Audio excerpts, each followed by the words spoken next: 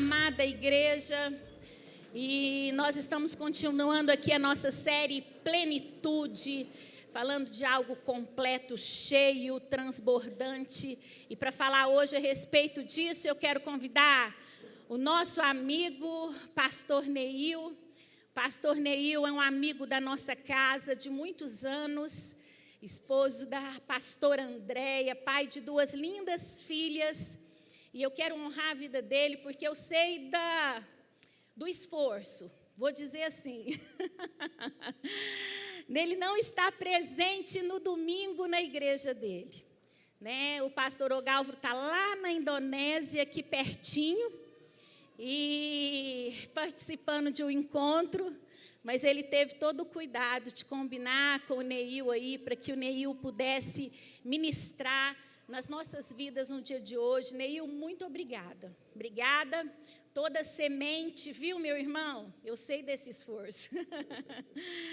Que você possa colher 100 por 1 na sua casa, na vida da Andréia, na vida das meninas. E fica à vontade, porque a casa é sua. Obrigado. Boa noite, amados. Quero saudá-los com a graça e a paz de Jesus, amém? Como eu falei de manhã, para eu sair domingo, só se for pedido de Ogalvro, não tem jeito. Eu faço 2 viagens ao exterior por ano, então eu saio 2 domingos à noite. Para o Brasil, acho que é o primeiro domingo que eu saio no ano, então eu vou aumentar meu cachê, viu, irmão? Vou aumentar meu cachê. E a gente chega aqui, o Ogalvro foi ali do lado, na Indonésia, né? A serviço do reino, mas deixando a brincadeira de lado, o Ogalvro é um amigo de longa data, me faz muito bem, daqueles seres humanos que não são tóxicos, pelo contrário, são remédio. Toda vez que a gente está junto, algo em nós é curado, algo em nós é abençoado. Fabiana, da mesma forma. Então, estar com vocês é sempre uma grande alegria. Sair de Betânia para vir para Sal da Terra não é perder nada, é ganhar também, não é? Então, é uma alegria estar com vocês nessa manhã, nessa noite, nesse dia, no nome de Jesus. Vamos à palavra. Salmo capítulo 30, é a palavra na qual a gente está nesse dia. Salmo capítulo 30, verso 5.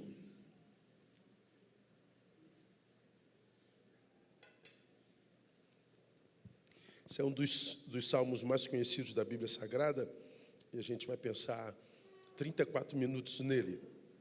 Diz assim a palavra: porque a sua ira dura só um momento, o seu favor, ou no seu favor, está a vida. O choro pode durar uma noite, pela manhã, porém, vem um cântico de júbilo. Repita após mim: o choro pode durar uma noite, pela manhã, porém, vem um cântico de júbilo. Mais uma vez, se você crê, o choro pode durar uma noite, pela manhã, porém, vem um canto de júbilo. Diga para quem está do seu lado: ninguém chora para sempre, irmão. Diga para ele aí. Vamos aplaudir o Senhor por causa disso? Ninguém chora para sempre. Nós vivemos num tempo de muito choro, de muita dor, de muita angústia. E é tanta angústia que a gente não consegue nem mensurar. A gente não consegue mensurar porque nós vivemos uma vida dicotômica hoje, né? A real e a virtual. Mais virtual do que real. Então, quando você entra na rede, você não imagina que há sofrimento ali, porque está todo mundo viajando, todo mundo jantando fora, todo casamento em ordem, todo filho angelicado, todo crente santificado, todo mundo viajando, todo mundo bem, todo mundo mentindo. Aquilo ali é uma projeção do nosso inconsciente, é o que a gente queria ser. É o mundo das personagens, é o mundo de Narciso.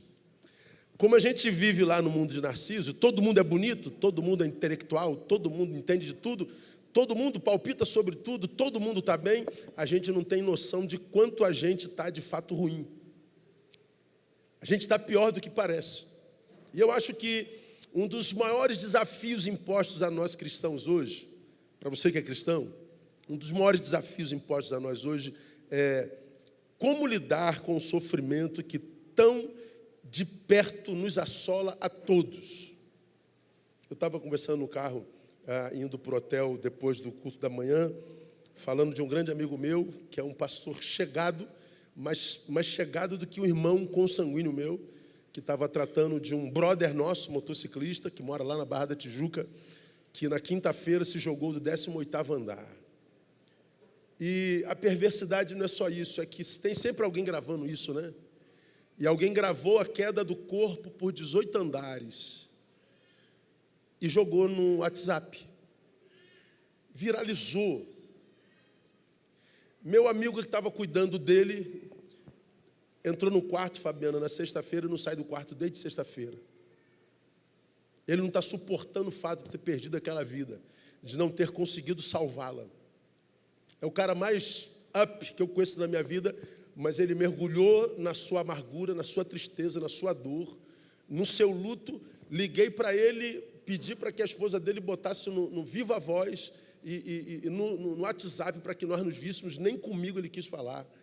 Ele não está suportando o fato de não ter podido livrar aquele brother da dor. E agora ele mesmo me parece adoecido. Volto para o Rio amanhã, eu vou direto para a casa dele. Então, acho que um dos nossos maiores desafios é como lidar com o sofrimento que tão de perto nos assola. E como cristãos, a pergunta a ser respondida é: o Evangelho nos foi legado para quê?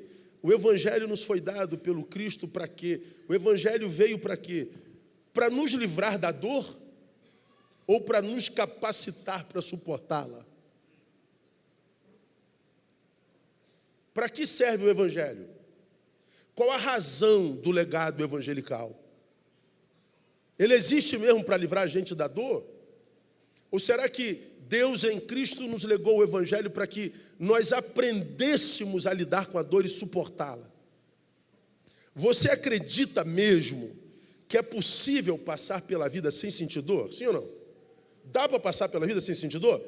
Não dá. Não tem como passar pela vida sem sentir dor. A dor é inerente à existência humana. Todo mundo sofre, todo mundo sente dor, todo mundo é alcançado por antagonismo. Tsunami passa na história de qualquer um. Fracasso, falência, síndromes de toda a ordem é possível na vida de qualquer ser vivo. E a Bíblia nunca disse algo diferente disso. Já preguei aqui alguns anos atrás um texto de Paulo a Timóteo, quando ele escreve a Timóteo quase uma heresia aos olhos da igreja de mercado contemporânea. Porque a mensagem da igreja contemporânea é: pare de sofrer. Como se fosse capaz, como se fosse possível mesmo que nós parássemos de sofrer. Então, quando vocês vendem uma mensagem dita evangélica, pare de sofrer, a multidão sofrida vem aos milhões. Só que volta frustrada, porque continua sofrendo. Porque o Evangelho não nos foi dado para tirar o sofrimento, foi nos dado para que nós suportemos o sofrimento. Aí Paulo, se fosse pregar isso hoje, ele seria tido como herege. Porque de um lado a igreja moderna diz: pare de sofrer. Paulo escreve para Timóteo dizendo: sofre comigo, como bom soldado de Cristo Jesus. Mas como sofre comigo, Paulo? Eu quero parar de sofrer, pô. Eu quero que você pare de sofrer. Eu quero que Deus me livre do sofrimento. Eu quero que o Deus que se diz amor e bom me livre do sofrimento. Você está falando para eu sofrer contigo? Que heresia é essa, Paulo? Não, Paulo não é herege, não. Paulo estava iluminado pelo Espírito Santo, porque Paulo sabe que o sofrimento é inerente à existência humana. Sofro porque existo. E os que estão ficando pelo caminho com sofrimento insuportável?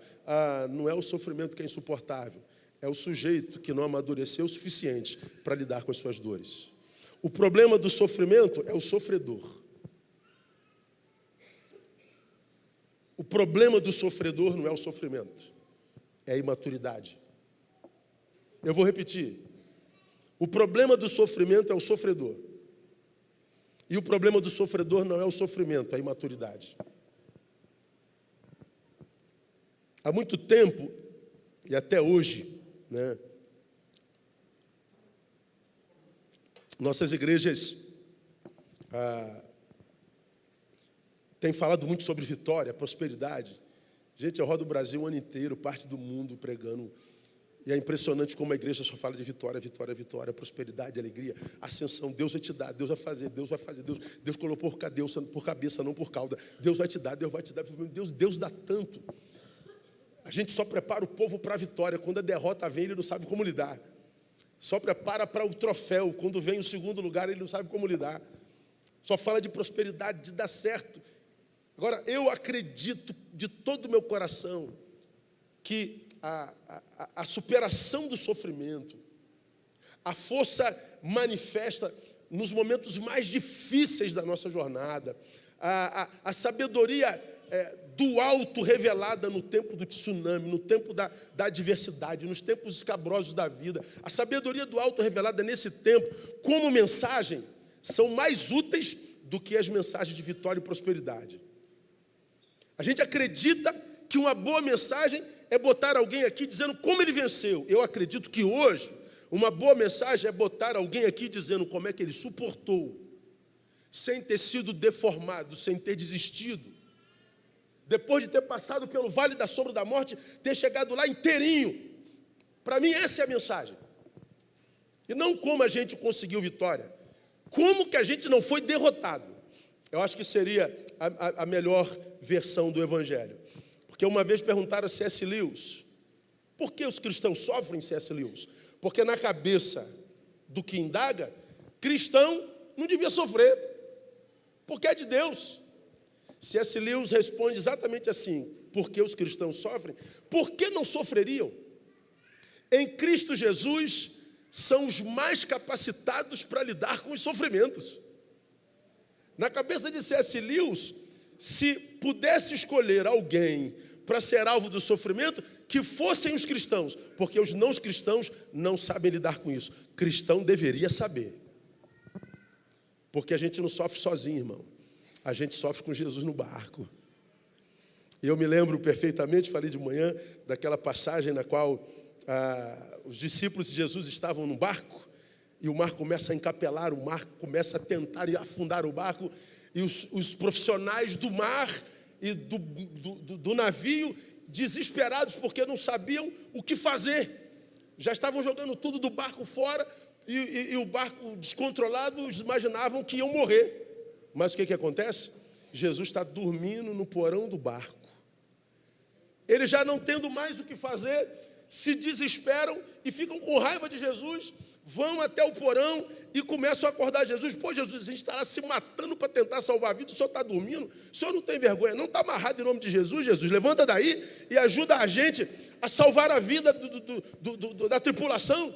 Jesus acorda, vai lá na proa do barco, vento, cessa, mar, aquieta-te.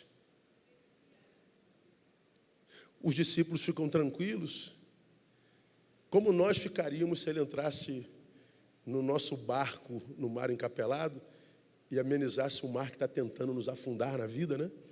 Porque a gente acredita que o milagre nesse texto é Jesus dizendo ao mar, mar, aquieta-te, vento cessa. Mas o milagre nesse texto não está aí. O milagre não está em acabar a tempestade, acabar com o temporal. O milagre está em não permitir que nenhuma tempestade nos acorde. Jesus dormia em meio à tempestade. O milagre não é acabar com o problema.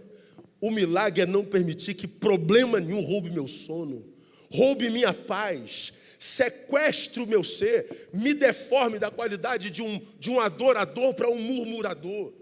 O Evangelho é força de Deus para nos ensinar a lidar com esse tempo que nós estamos vivendo. Tempo de solidão, tempo de injustiça, de desesperança, tempo de hipocrisia, tempo de imagens vendidas nas redes que não tem nada a ver com a nossa realidade. Tempos duros. Evangelho é isso. Agora, o texto que nós acabamos de ler, irmãos, traz alguns saberes muito interessantes. O choro pode durar uma noite. Pela manhã, porém, vem um cântico de alegria. O que esse texto nos ensina, irmão? Primeiro, a absoluta realidade dialética da vida.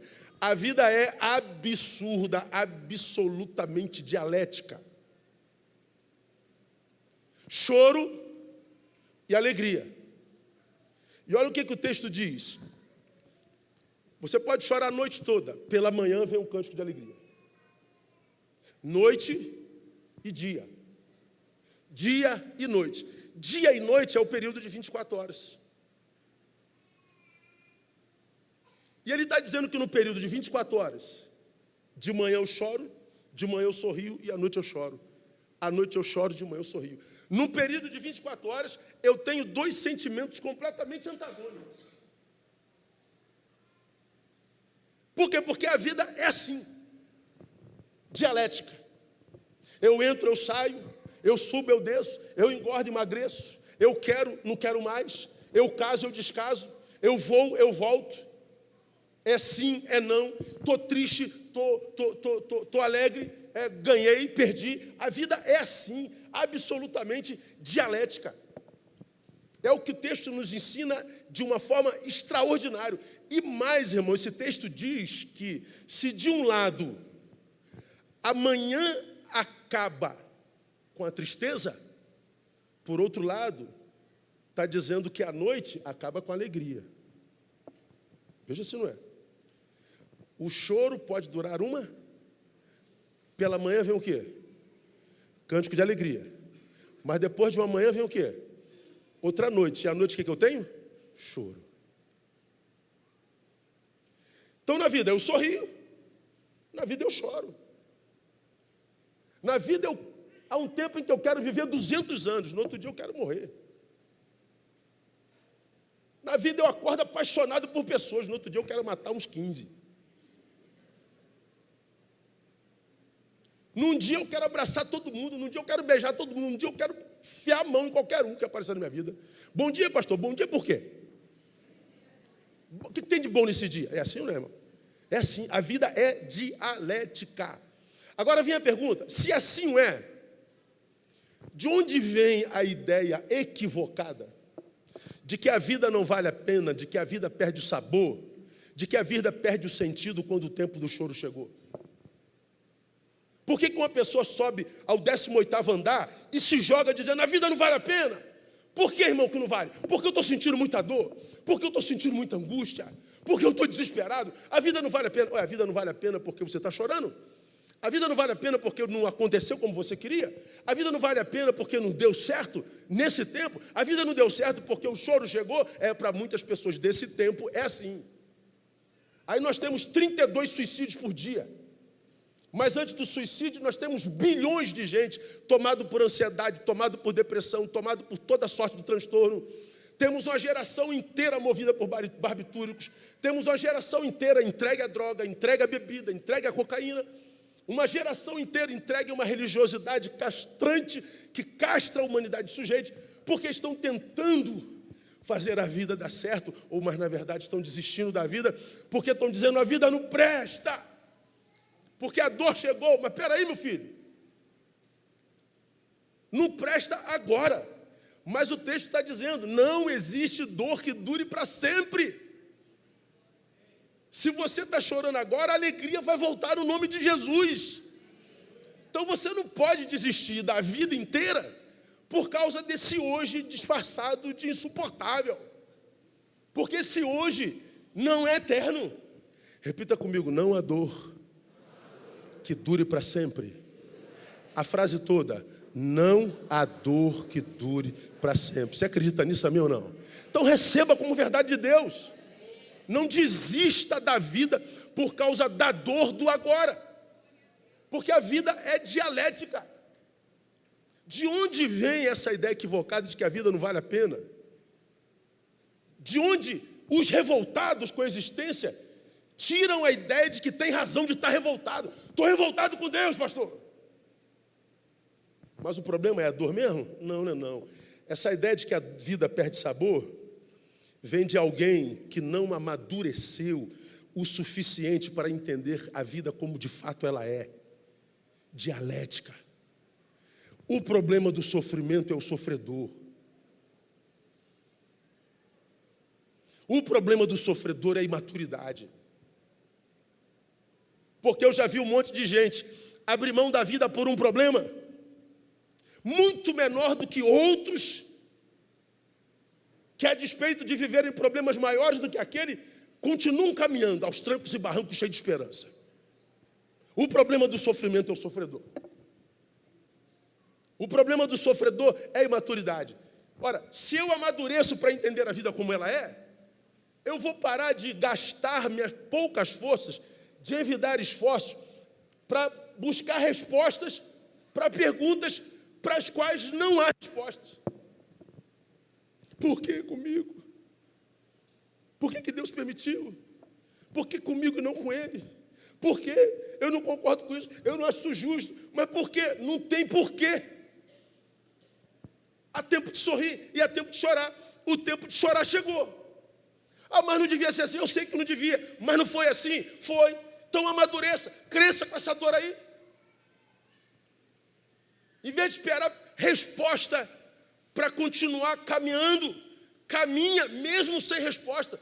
Envida teus esforços em outra coisa. Eu me lembro, eu falei aqui de manhã, alguns anos atrás, pela primeira vez no Brasil, entrou aquele louco na escola Tasso da Silveira, lá em Realengo, no Rio de Janeiro, 800 metros da minha igreja, e matou 12 crianças a tiro. Você se lembra disso?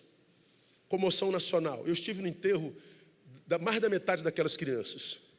Num dos enterros, de uma criança de 12 anos que foi baleada na cabeça, sua cabeça estourou, não pôde abrir o caixão porque a cabeça dela estourou. A mãe, depois de ver o corpinho da sua filha, única filha que ela teve na sua velhice, descendo a sepultura, depois da minha palavra, ela se agarra ao caixão e quer entrar no buraco junto com a filha. Uma comoção geral. Quando acaba o enterro, ela agarra na minha mão.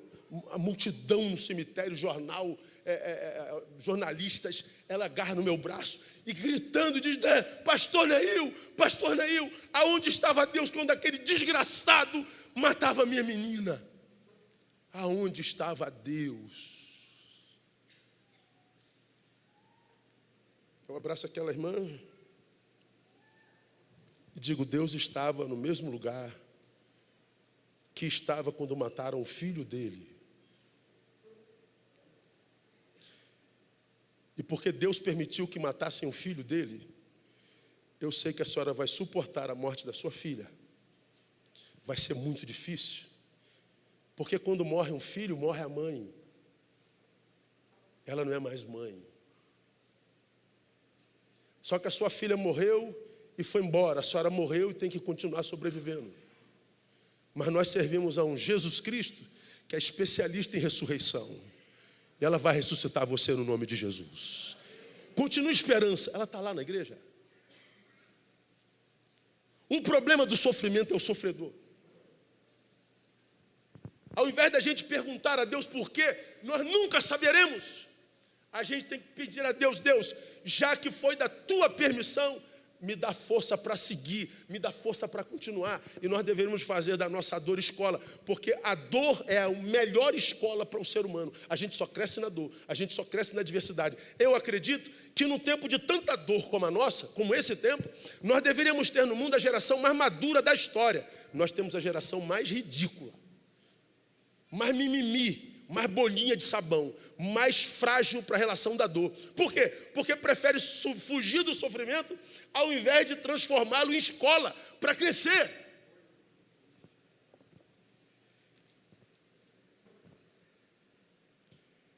É aquela pergunta, né? Deus é bom ou é mau, né? Eu contei a história aqui. Chegar de Brasília, oramos por uma criança durante 11 anos, com leucemia. Ela morreu. Comoção na igreja geral. Os pais muito queridos, filho único. Eu estava em Brasília, sepultamento era no dia seguinte, eu desci no Rio de Janeiro, fui direto para o cemitério, pensando: Deus, nós oramos tanto por essa criança, Pai. Leucemia para nós é impossível, mas para o Senhor é um sopro. Se o Senhor sopra o sanguezinho dela, Senhor, acabou. Se o Senhor estala um dedinho, por que o Senhor não faz essas coisas, Deus? A gente se coloca assim um pouquinho, né, com respeito. Deus, se eu fosse Deus, eu teria agido diferente, né? E a gente não entende por que Deus agiu daquele jeito. O que eu falo no enterro de uma criança que morre com leucemia? Eu estou indo para o cemitério, meu telefone toca no meio do caminho. Uma ovelha minha que teria um parto com muita dificuldade, o risco de morte da mãe, do filho, um negócio grave lá. E ele me liga: pastor, meu pastor amado, Deus é bom, meu filho nasceu perfeito, minha mulher está bem, deu tudo certinho, foi maravilhoso, pastor, Deus é bom. Eu estou indo enterrar uma criança no meio do caminho, nasce outra criança. Eu chego no cemitério, está lá o corpinho dela, e todo mundo chorando. Eu falei: imagino que, como vocês, como eu, vocês também, ao olhar o corpinho de uma criança num cemitério, a gente tem a sensação de imaginar que Deus é mau, né? Por que Deus não curou, né, cara? Por que Deus não fez isso? Por que essa dor? Para que essa angústia? Você só vê a cabecinha das pessoas. É verdade, é verdade. Por que Deus cura? Parece que Deus é mau, né? Mas deixa eu contar a história para vocês. Eu vinha para cá, me ligaram do berçário, outro casal de ovelha, contei a história da criança, e a criança lá no berçário nasceu. No momento que eu estou enterrando uma criança, uma outra nasceu. Aqui no cemitério, eu olhando para o corpo dessa criança, eu tenho a ideia de que Deus é mau. Mas se nós nos transportássemos todos para o berçário agora, onde nasceu uma criança, Deus é o quê? Deus é bom. E se a gente volta para o cemitério, Deus é o quê? Mal. Mas aqui nasceu uma criança, Deus é bom. Bom, eu emagreci 10 quilos, o que Deus é? Bom, engordei 15, Deus é mau. Passei no concurso, Deus é bom. Fui demitido, Deus é mau. Casei, aleluia, depois de 38 anos de idade, Deus é maravilhoso. Eu divorciei, Deus é mau. Deus é bom ou é mau, afinal de contas? O que Deus é para você? Para os sofredores imaturos, Deus é mau, porque ele se vê como o centro do universo. Deus muda a proporção do que acontece com ele. Então amadureça nessa noite, pela misericórdia de Deus, porque eu acredito que Deus está mudando histórias aqui nessa noite, mudando a tua forma de enxergar a tua dor, mudando a tua forma de enxergar a vida e até Ele mesmo. Deus não muda em função do que acontece com você, porque se você está chorando hoje demais, tem alguém do teu lado sorrindo a beça. Se esse é o tempo da tua angústia, tem gente do teu lado vivendo o tempo da sua redenção. Deus não muda porque eu estou sofrendo. Então eu preciso aprender a lidar com o sofrimento, porque ele é inerente à vida. E quando eu mudo a forma de encarar o sofrimento muda diante dos meus olhos. É a forma como a gente enxerga. Como eu falei aqui, a máxima da cratologia, o estudo do poder, diz que ou alguém exerce o poder, ou o poder será exercido por alguém. Se eu não exerço o poder diante do meu sofrimento exerce o poder sobre minha vida e me leva do jeito que quiser ou me paralisa. Então eu preciso me levantar diante do sofrimento e dizer: sofrimento, agora você arrumou um problema, porque eu não vou me entregar a você sem luta. Eu sei que o meu Senhor está comigo e vai me dar vitória. Eu sei que eu estou chorando essa noite, mas a promessa é de alegria no nome de Jesus. E você vai ver que porque você encara as coisas de forma diferente, as coisas começam a mudar diante dos teus olhos. Vamos aplaudir ao Senhor porque a sua palavra é linda.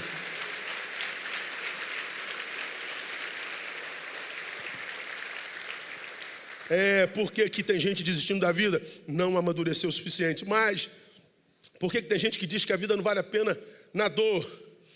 Porque se alguém acreditou, equivocadamente, que existe algum estágio perene nessa vida dialética. Não existe perenidade na dialética.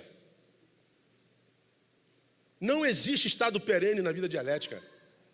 O choro pode durar uma noite, de manhã já é alegria. Então nós somos uma eterna desconstrução e um eterno vir a ser. Eterno. Desconstrução por quê? Porque eu estou chorando hoje, mas eu estou sendo desconstruído. Está nascendo um ser alegre. Eu sou, enquanto alguém que chora, um ser que chora em desconstrução. Mas eu sou ao mesmo tempo um ser alegre a vir a ser. Quando eu estou alegre, eu sou um ser que está sendo desconstruído possivelmente. É possível que eu esteja chorando amanhã. Portanto, o ser alegre é um vir a ser entristecido. Nós vivemos essa mutação constante.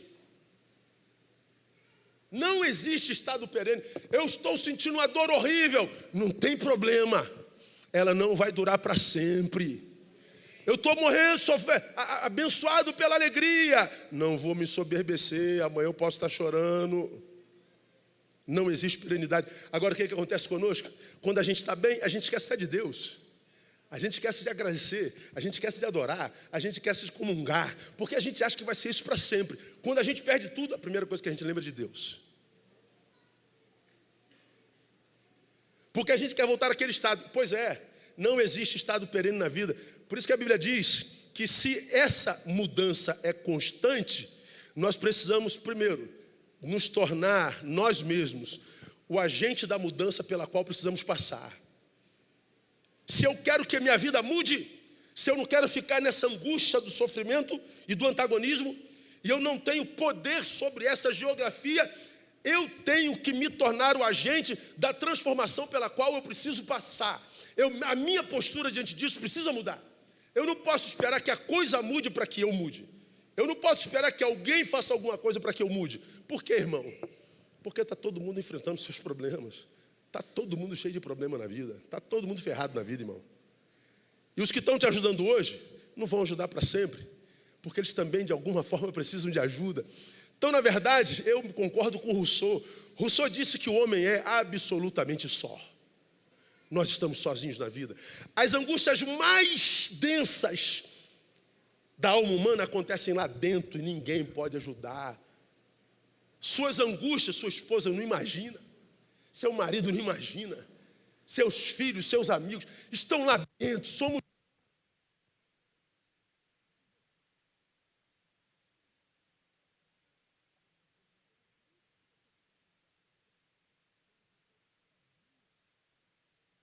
sós. Nós estamos sozinhos. Portanto, qualquer outro ser que não eu é analgésico. É paliativo. Seja você mesmo um agente da sua transformação. Quando você, irmão, sair daqui, desse estado de coitadismo, de gente que está morrendo de pena de si mesmo, e disser assim, Deus, eu vou encarar esse problema com uma nova postura, e você der o primeiro passo, você vai ver que Deus segura na tua mão e te leva até lá a vitória no nome de Jesus. Quando você disser, Deus, na nossa relação, eu vou fazer a minha parte. Então Deus está dizendo, então eu vou fazer a minha. Deus está mudando a tua sorte nessa noite, irmão. Deus está mudando a tua história nessa noite. Seja você o agente da transformação pela qual você precisa passar. E por último, entenda que a adaptação é melhor do que deformação. Portanto, adapte-se. Pode explicar, pastor? Pode. Adaptar-me a olhar a vida como ela é. É um tempo de justiça, é um tempo de trairagem, é um tempo de ingratidão, é um tempo de corrupção, é um tempo de impunidade, é um tempo horrível. A gente diz assim, pastor, não podia ser assim. Esse cara atropelou a mulher avançando o sinal, matou a idosa, foi preso e já está saindo pela porta da delegacia. Esse cara matou a família toda, se entregou 48 horas depois e está saindo pela porta. Esse cara roubou o país e está rindo da nossa cara, não acontece nada. Deus, faça alguma coisa. A vida é injusta mesmo. E essa injustiça mexe com a gente, dá raiva, irmão. Essa injustiça adoece a gente. A gente vê gente boa sofrendo, gente má, dando errado, dando certo. Aí a gente diz, meu Deus, a vida não podia ser assim. Eu não concordo que a vida seja assim. Eu não acho que tinha que ser assim. Eu não queria que fosse, mas é assim. E eu tenho que me adaptar a esse status quo injusto e maligno. Eu não posso me tornar nisso. Mas aceitar isso como é, não tem jeito. Bom, eu queria que fosse como antigamente. Que os filhos dessem a bênção para o pai, que agradecesse pelo pai e a mãe que tem. Eu queria que a gente respeitasse os velhos. Eu queria que as crianças tivessem direito à rua. Eu queria que eles brincassem de pique-lateiro, de piquetá, de licença cascudo. Eu queria que eles corressem nas praças sem medo. Eu queria que as crianças não fossem abusadas pelos pais. Eu queria que não tivesse nada disso. Mas hoje tem. E ser testemunha disso me transforma você num depósito, num lixão de entulhos emocionais. Não.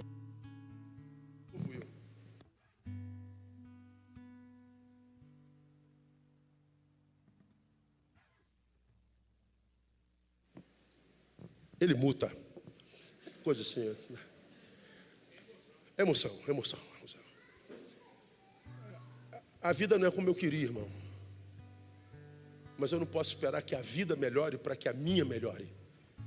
O Senhor me disse que nele eu estou capacitado para remar contra essa maré. Ele disse que estaria comigo. Ele disse, Neil, por causa dessa vida você pode até chorar uma noite, mas não transforme essa noite numa noite eterna por causa da tua covardia.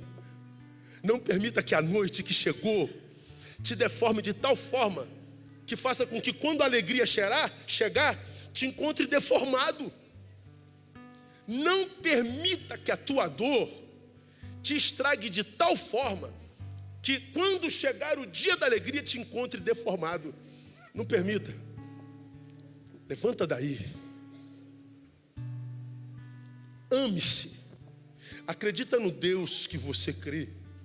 Acredita na palavra que diz que o choro pode durar uma noite, mas a alegria vem, porque a alegria vem. Esse não é teu estado perene. Não se renda a vender uma imagem daquilo que você não é. Não crie um personagem preocupado com a opinião alheia. Continue sendo quem você é, na dor ou no sabor, que Deus vai honrar a tua postura no nome de Jesus. Portanto, 2 conselhos nesses 40 segundos que eu tenho. Primeiro, se na sua vida é tempo de choro, chore com esperança, porque o próximo estágio é alegria, irmão. Chore com esperança, chore. Enquanto caminha, chora. Enquanto chora, caminha. O que você não pode é parar. E se na tua vida é tempo de alegria, celebre com humildade, celebre com mansidão, não se soberbeça, porque o dia de amanhã pode ser completamente diferente. E aí, o que eu acho que o Evangelho quer gerar em nós? Porque o que seria felicidade no Evangelho? Felicidade é essa capacidade de trafegar entre o desconstruir e o vir a ser, com equilíbrio. Essa capacidade de passar pelo choro, chorando, acreditando na promessa, e chegar na alegria, celebrando sem soberba, sabendo que amanhã pode ser completamente diferente. Quem é o feliz à luz da palavra? É aquele que está preparado para o choro e está preparado para o sorriso. Mas não aquele que acha que a vida para de valer a pena quando o choro chegou. A vida é mais do que esse estágio de dor e problema no qual você está inserido hoje.